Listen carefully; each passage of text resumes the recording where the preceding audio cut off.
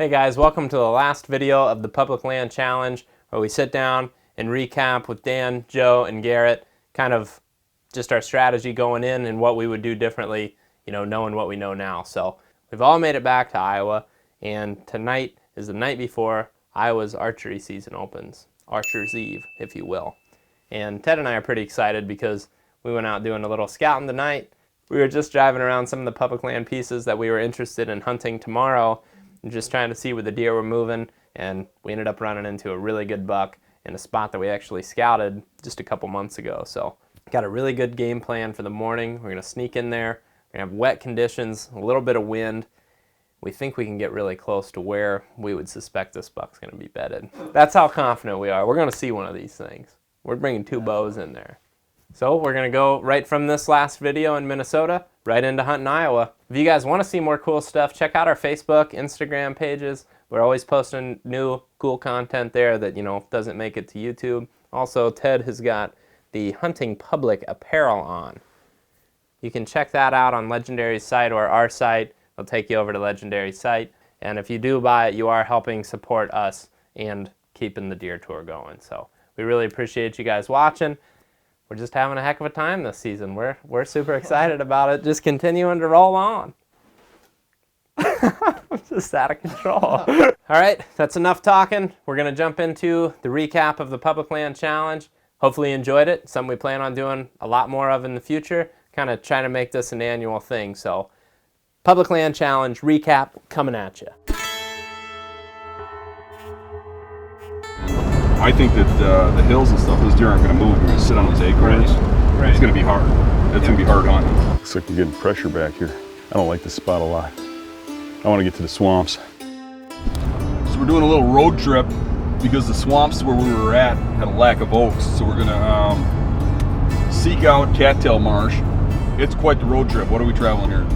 3 hours? 3 hours, yeah. There's a rub right there that's waist high. The trails are coming out like this. And I'm thinking I'm going to set out right in here.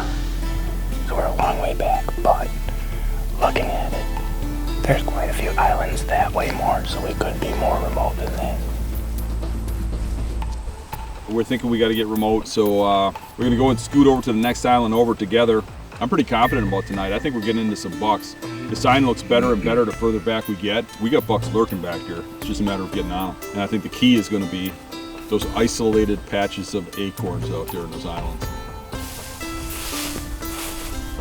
This spot is what, 3 miles? I would say 3 miles, yeah. I'm gonna go to the island with the giant rubs and go to the other end of it. I've got 2 scrapes in here. The sign looks awesome. You can see where they're scratching and grabbing the acorns. I've got bedding all around this point. Holy smokes. Look at the size of that thing. Mass.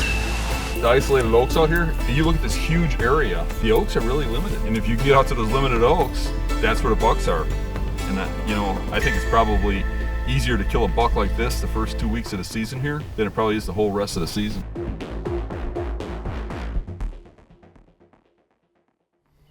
All right, guys, Joe and Dan are heading back home. They got to get back, go to work. Garrett's out in the woods right now, but we just kind of wanted to wrap things up here. And maybe you guys can just start with going in, what were your expectations and what was a little bit different maybe? I really expected the swamps in this area to have oaks. And that kind of threw me off. Yep. It was really cool looking at the way you guys went about things in comparison to us. It made me feel a little unprepared because I do everything old school. Yep. The paper map and the compass. Yep. And then as soon as you got abandoned ship, then you need to phone.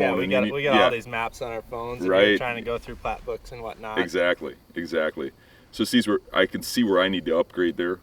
Especially when you're going into new territory like this. I mean, around home, you might kind of know like what areas are all public and what you can access. But when you're going into somewhere new, this new technology definitely can be an advantage. Yeah.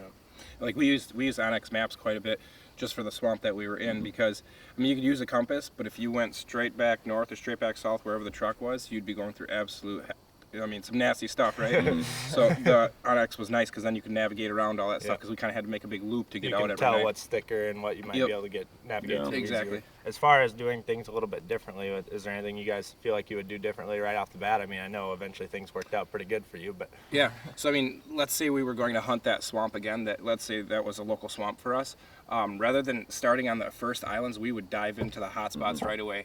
Because the first spots I think were more of, like we talked about, your doe and your small buck, and just not where your big boy is going to hide out. So we'd Yeah, but part of that is you can't really, not knowing the swamp, you really can't walk past, thigh-high rubs, you just can't. Yeah. And so you had to do that progression, but then you're sitting there with this limited time. Yeah. But I do think that if we moved faster and got onto hot sign and skipped even those big rubs, Yep. and just moved to where you could, because we could tell that the sign was like 2 days old and then we're sitting on it anyway.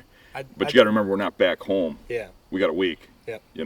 And I think it was kind of the opposite for us in the hills. Is we thought we needed to go real deep, and all this pressure we thought was going to be here hadn't been here yet. With the season opening a week before we got here, and having hot weather before that, and all this land to work with, it didn't seem like the deer were pushed real far back in these hills. They're kind of more on their summer pattern if you're finding areas that haven't been pressured, so they're real close to the fields. And that was kind of seen across the board from either people we talked to that we ran into in parking lots, or just other people that were hunting in the hills and camp with us. So I think looking back for our strategy, we probably would have just backed off and maybe tried to observe something. And even during those observation sits, I think we probably would have got into bucks the way it seems. We just kind of dove in and we ran over a lot of deer, it seemed like. But I think in the next couple of days here, we found enough spots now that haven't been pressured a lot, that I think we might be able to get into something still. I think one of the things for me is that travel distance. When we found really good territory, we're driving 3 hours. Yeah. And that's 6 hours of the day that we're not scouting. We're driving, and it limited how much we could scout and stuff, and kind of put a ball and chain around us. I think we could have probably did a little better if we would have forced ourselves to go up into the hills and hunt them in the acorns like you guys did. But I was kind of surprised by the amount of action you guys are having and what you're seeing up in those hills. I didn't expect that, because I didn't expect much movement in those acorns. And so it opened my eyes. We didn't expect it either to be at least as close to access as it seemed to be. Like we expected there to be a lot of pressure early in the season, and we did see a fair amount of pressure. But like I said, there's so much land here that there was still areas that you could find that hadn't been pressured.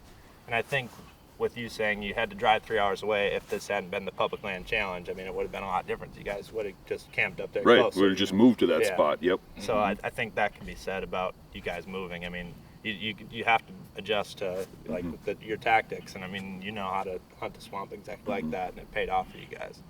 Now, did you guys do any still hunting at all other than Hayden? We did. Still hunting? We did, especially when we had that rain come through and we had those high winds. Okay. And that was the day we ended up spooking that buck. But okay. I think with that still hunting, we can learn a lot, especially in the first few days where you're covering a lot of ground and you're still in the game. Like you could legitimately scouting and hunting. You could legitimately shoot something, and Hayden proved that.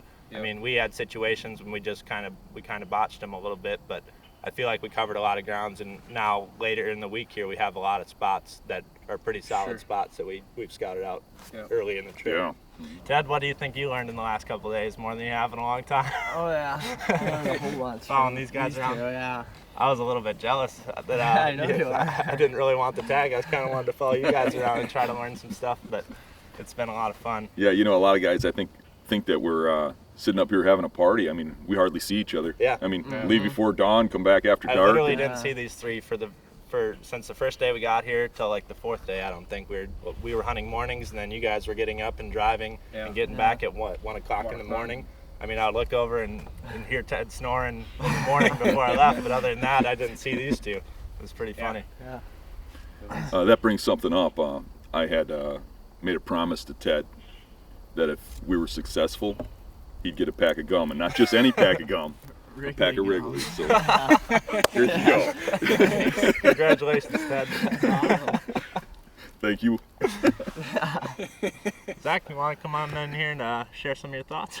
What are we on now? Pack of gum? Yeah. Yeah, this is what you get when you go hunting with Dan and Joe. work, Ted. Yeah, when you're successful. To be honest, though, it's more than we've given them at this point, I think. So you guys are doing pretty good. I mean, there's not much pressure here in Minnesota. That's feel like something I learned at least early season. I'm I not think that's saying definitely that, the case. And that's early the opposite of what I heard. Yeah. Yeah. You know, and that worried me about the hills. Yeah, me is too. I kept hearing about all the squirrel hunters and such. You know. And I think just based off the people we talked to that were locals, it does seem like it really ramps up as the season goes on. And one thing I will say about those marshes, and just the few people that we talked to, they said the hills are nice and there's a lot of deer, but later in the season, just about as soon as you feel like you're on something, you might have a small game hunter or something come through that area and completely bust all the deer out. Whereas in those cattail marshes, you don't have the small game hunters. I mean, it's pretty much just your hardcore guys going in there, and you can pinpoint those areas in the marshes easier, it seems. So I'd say later in the season, like you kind of expected early in the season, your tactics definitely would have been a lot more surefire. But now later in the season, it would have been a little trickier for us in our situation because you didn't have the dropping oaks. Yeah, but around here, there are no oaks in there, and we could see in the marshes that we looked at around here, you could see a lot of buck sign, but there were no bucks. Yeah. right? They were in those oaks right now where you guys are. Yep. Especially in with our marshes, though, where we killed, it's a little different. Yeah. I think what you'd end up doing in the hills when you get all that more whitetail hunting pressure is there is plenty of stuff to get really deep, and I think that's one thing that I always look at right away is like, how can I get way away? Well, right now when there's no hunters, you don't have to. They're all up by the the smorgasbord in those fields where they've got beans, corn, alfalfa, and then they've got oaks on the top on the ridges. well, and they got so much CRP. I mean, the habitat in these hills is something we've Really never seen diverse. before. Yeah, and I think that it would have been a little bit more like, I wish we had just gone into it a little bit more cautious. Yeah. And just thought, hey, let's do some observation sits, see where there's some does coming out on likely points. I think like us. I think if we had another week, we could go do it again. I agree. But I'll tell you what, that crap burns you out, and especially when you're 51. Walking 3 miles a day. Well, I mean, you burned an 18-year-old out, so I give you guys a lot of credit. I'm just now caught back up on sleep after getting that buck out of there. Oh, yeah, us too. Yeah. Yeah, last night we were delusional. That's one thing I got to say is I can't believe you guys were willing to just up and run up there to us and go back in that swamp and spend the whole night out there with us getting that deer out. That was awesome. Yeah, it was fun. I mean, Yeah. that's part of it, It's part of the fun for us. We like going out and, it's a weird memory. It's a fun memory, but it's a weird memory. Slightly blurred. Yeah, we were driving home, and I was like, guys, that literally seems like 2 weeks ago. like, how is that? How did that just happen? Yeah, I mean, a lot of the recoveries that we do in general on public land are going to be pretty late nights. And so and far lucky this for year, us, I mean, we have a big group of guys, and I'm sure you guys do back home, where if you get one, you kind of just rally all the troops, and you need people to help. No, during hunting season, none of my friends will answer the phone. That's funny. maybe need to find some more friends. No, I'll get hate mail from all the guys that have gone out there. Right. All right, guys. Well, we appreciate you coming to camp, and I'm sure the viewers also appreciate you guys letting us use your footage and stuff like that. And you'll be able to check out more of their stuff on the Hunting Beast YouTube channel. And Dan's also got his new sticks coming out. I know a lot of guys have pre-ordered them and probably have seen us use them in the last couple days. So There'll be a lot of jealous people when they see you guys got a set. And you can also find these guys on pretty much every social media platform at the Hunting Beast, and they also have a super awesome forum, and that's also the Hunting Beast. And there's a lot of really knowledgeable people on there from pretty much across the country that are real hardcore guys, and you can learn a lot. So go ahead and make yourself an account on the Hunting Beast and check it out. Well, thanks for having us. We appreciate it. It was a heck of a time. Yeah, it was fun. Would have been nicer if we got to see each other a little bit more, but the time we did spend together was pretty fun. Yeah. You saved that. You earned it. Might have to frame it. Make that last the whole season.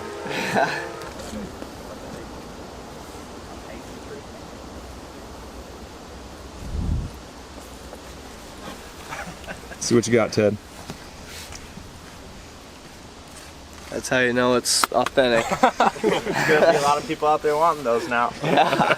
Dan and Joe are just gonna have people coming up to them with juicy fruit packets. Charity. Sponsored by Juicy Fruit. All right, well, Joe and Dan just left, and Garrett got back from his morning hunt. I just kind of started by asking Dan and Joe what they might have done differently coming into this, or if everything was what they expected it to be. I think you had been at least through this area, so you at least kind of knew what to expect, but was there some stuff that threw you for a loop? Yeah, I mean, I've driven through this stuff and I've bass fished in the area before. And I mean, it's pretty much what I expected from a topography standpoint. There was probably, I'd say, fewer hunters than I was expecting. Yep. And I was kind of expecting I'd have to go maybe deeper. But what it seemed like, the stuff that was harder to access but not necessarily as far from the road was the stuff that I was getting on sort of the best buck sign. Mm-hmm. So I only saw one other deer hunter this entire trip, and it was when we went 2 miles in, but it was a pretty easy access. Most of the other stuff, it was like less than a quarter mile, maybe half mile at most, but it was really steep, really tough to access, and just kind of working around the backside to get to some of these harder to get to spots.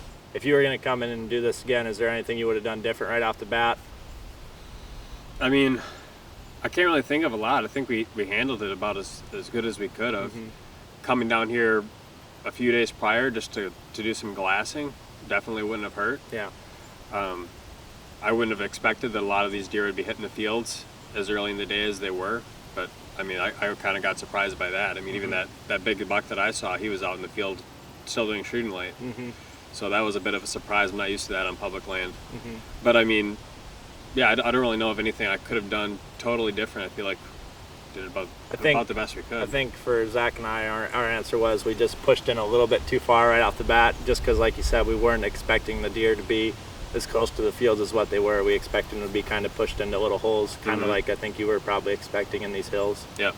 Well, and one other thing that I noticed too is I was really expecting total hill country textbook betting on the points, whereas what I actually found was that sometimes it seemed like those deer were kind of bedded in the points, but also a lot of them were just kind of bedded all over the place. There's a lot of farm country bed type that I saw. So like CRP, bucks that were bedded on like fence row type areas. I saw a lot of that, not necessarily just the point stuff. And even some of the point stuff that we did see, it was definitely worn down, but it wasn't fresh. Yeah. Like they weren't using it now, maybe they're using it later in the year once some of that other stuff starts drying up and once the crops go and once the leaves start falling. I would also expect that if we would have done this trip during the rut, like during the gun season versus coming in here in September, I bet everybody would have taken this kind of a whole different way. I agree. And I think that's maybe what we kind of came in with the plan of, is getting super deep and trying to get away from pressure, but we were kind of surprised when we got here when we didn't have to do that as much as we expected. Right. But it looks like you guys got into a couple pretty cool adventures between the creek crossings and climbing up cliffs, and you guys got onto a couple good bucks. You had a real close encounter there with that nice buck. Yeah. Yeah, he was one of the bigger ones I've ever even seen on public. So. Yeah. That was some pretty sweet footage of him silhouetted up on the hill like that. I think everybody at least had some pretty close encounters or cool encounters with bucks, and I mean, couldn't really ask for much more than that. But I think if he doesn't hunt tonight, that's going to wrap things up for Garrett as well. And you can find all of his stuff, DIY Sportsman, pretty much across the board. He's got a YouTube channel with a bunch of different gear stuff, hunts. He's also on Facebook and Instagram, so go ahead and go follow him there. And he's got a lot of useful information out there, especially with how to be as efficient as you can with your gear. Yeah, I mean, I had a blast hunting with the guys for sure. Yeah, it was nice because we were talking before, Dan and Joe and Ted, we hardly got to see them, but we were kind of hunting closer by here, so we at least got to come back to camp and kind of share what we were seeing in the field. That was fun. Yeah, it's nice being able to hunt in a group and kind of have that little deer camp experience. Usually I'm hunting solo. We weren't exactly giving each other specific spots, but we were kind of relating what we were seeing, and it was pretty steady across the board, and I think it helped us all get on deer. Definitely.